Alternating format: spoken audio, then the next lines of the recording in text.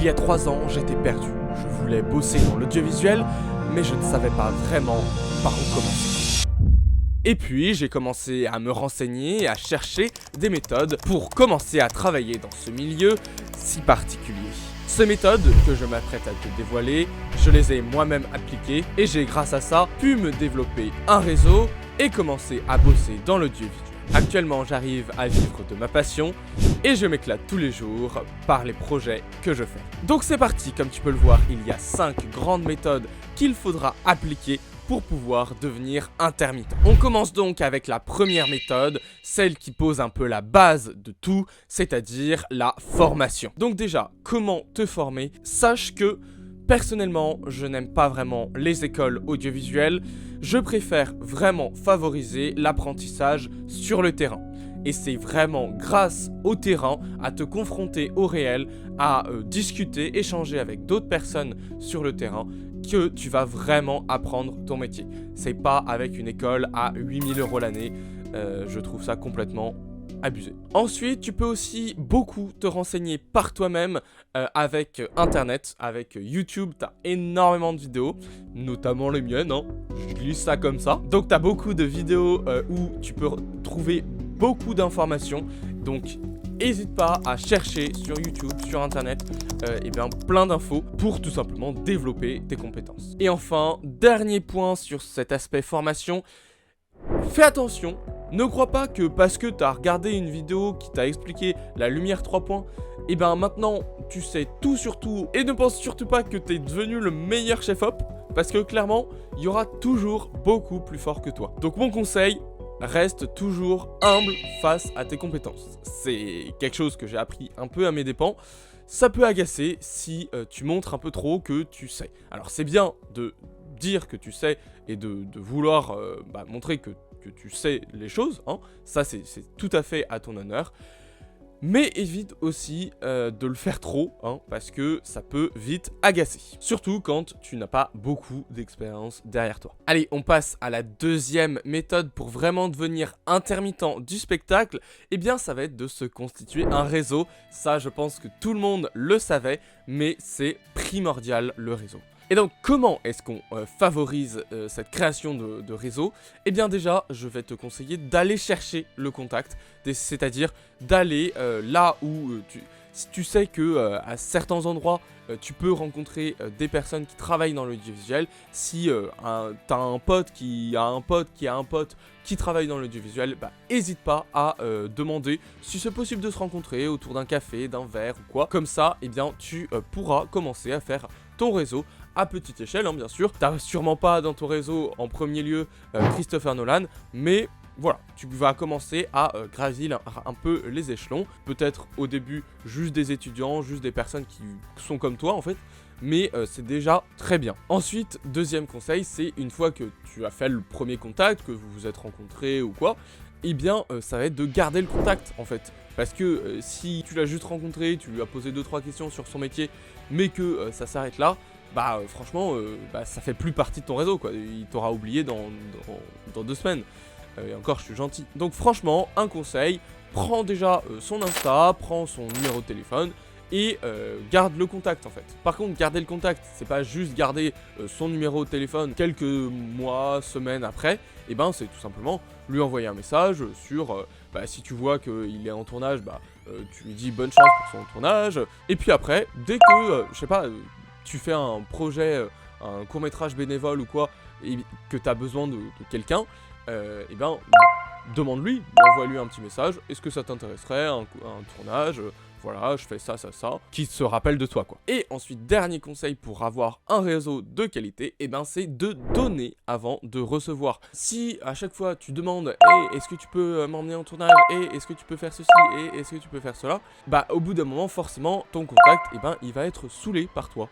Donc, n'hésite pas à donner, voilà, si tu sais que il est en recherche de tournage, essaye si tu as dans tes contacts des personnes qui sont en train de faire un tournage, invite-le sur un tournage, tu vois. Et vice versa, si tu sais que il a besoin d'aide pour son prochain tournage, propose-toi, voilà, moi je peux faire ça. Si te demande même de sortir les poubelles, hésite pas à dire oui bah écoute je peux le faire, si ça t'aide pour ton tournage, moi je suis chaud. Donc même si t'es pas au poste que tu rêverais d'être sur un tournage, hésite pas à dire oui quand même, ça aidera en général la personne qui t'a contacté pour le tournage. Je t'arrête juste 2 petites secondes pour te demander si la vidéo te plaît de t'abonner, puisque c'est vraiment la chose que tu peux faire pour me soutenir et ça me donne vraiment chaud au cœur quand je vois que cette communauté s'agrandit. Donc merci beaucoup à tous ceux qui le feront et puis je vous laisse avec la suite de la vidéo. Allez,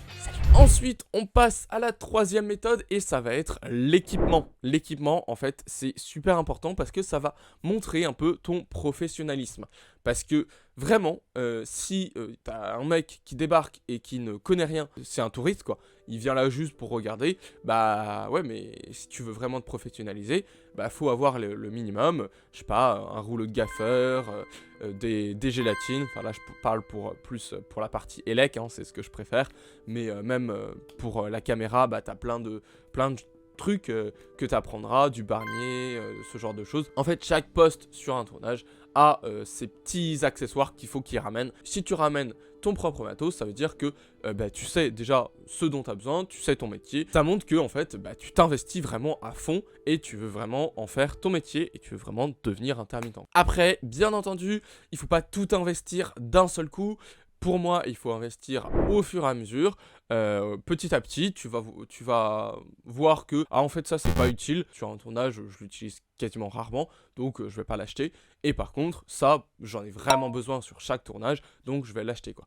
Donc voilà, essaye d'investir au fur et à mesure, petit à petit, et pas acheter tout d'un coup, ça sert à rien. Et en plus, si tu as vraiment une grosse bijoute, c'est-à-dire un gros matériel avec toi, avec, je sais pas, des drapeaux, des lumières, etc. Enfin, je parle pour les lecs, encore une fois, hein, désolé. Mais si tu as vraiment beaucoup de matos, et tu peux et que tu l'amènes sur un tournage et que ça sert pour le tournage, tu peux te faire défrayer ce matos.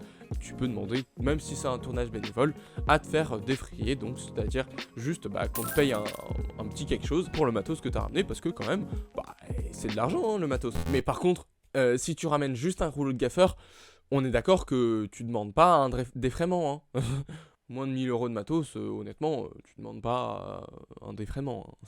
On passe ensuite à la quatrième méthode pour devenir intermittent, ça va être les salons. Et oui, d'aller sur des salons, ça va être super intéressant pour toi. Pourquoi est-ce que ça va être intéressant pour toi? Déjà parce que tu vas faire pas mal de rencontres, hein, que ce soit des professionnels qui tiennent les stands, ou même qui sont juste là pour se renseigner, pour acheter les nouvelles technologies ou quoi.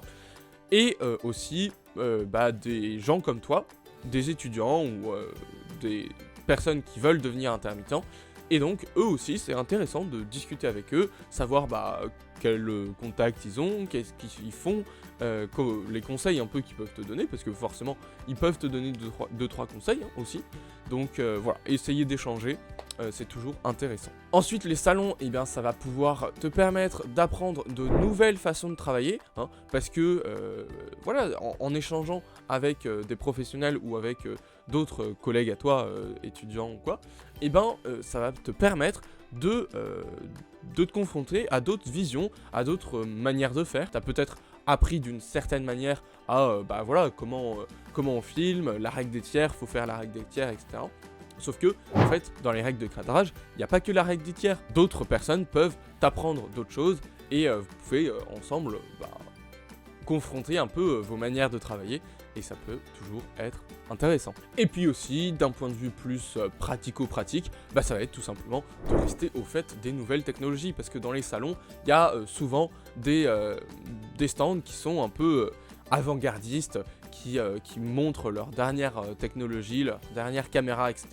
Et ça, c'est toujours intéressant de savoir un petit peu, en fait j'ai vu tel matos qui était exposé dans tel stand, et en fait si tu rebosses avec lui plus tard ou en tournage, c'est super intéressant parce que tu l'avais vu en stand, tu sais pas forcément l'utiliser parce que juste le voir c'est pas c'est pas comme ça que tu vas apprendre à l'utiliser, mais au moins tu sais un petit peu ses spécificités techniques, tu le connais quoi. Et puis voilà, au moins ça te permet de rester au courant d'un petit peu des actus de ce milieu-là quoi. Et donc voilà, on arrive à la dernière méthode, celle qui est, je pense, la plus importante selon moi, celle sans qui tu ne peux pas réussir vraiment à devenir intermittent, hein, ou alors je pense que c'est très très compliqué, beaucoup plus long. C'est tout simplement de faire des tournages bénévoles. Et oui, parce que les tournages bénévoles, même si c'est pas payé ou quoi, et ben ça va te permettre, c'est un tremplin en fait vers les tournages payés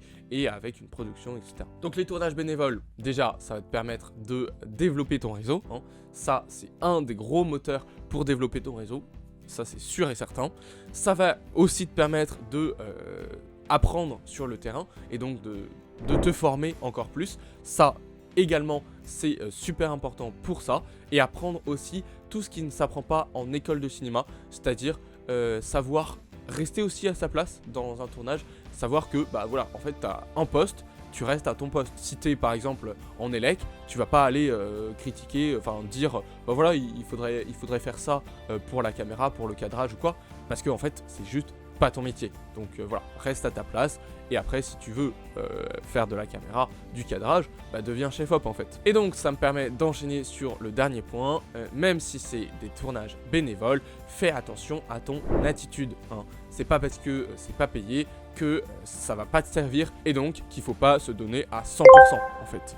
Ça sert à rien d'aller sur un tournage et de te tourner les pouces en regardant un peu tout le monde faire. Non, en fait, il faut que tu sois un peu actif, il faut que tu proposes ton aide, il faut que tu sois vraiment là en fait, et que tu sois présent. Faut pas être non plus dans l'excès à vouloir tout faire. Donc voilà, en tout cas, si vous êtes vraiment motivé à appliquer toutes ces méthodes, c'est sûr et certain que vous arriverez à atteindre l'intermittence. Mais par contre, en tournage bénévole, c'est super important de connaître un petit peu tous les métiers qui vont intervenir sur le tournage. Et donc, je t'ai fait une vidéo que tu peux aller regarder ici pour connaître un petit peu tous les métiers qui font un film. Allez, je te laisse avec la vidéo et puis je te dis à plus, salut!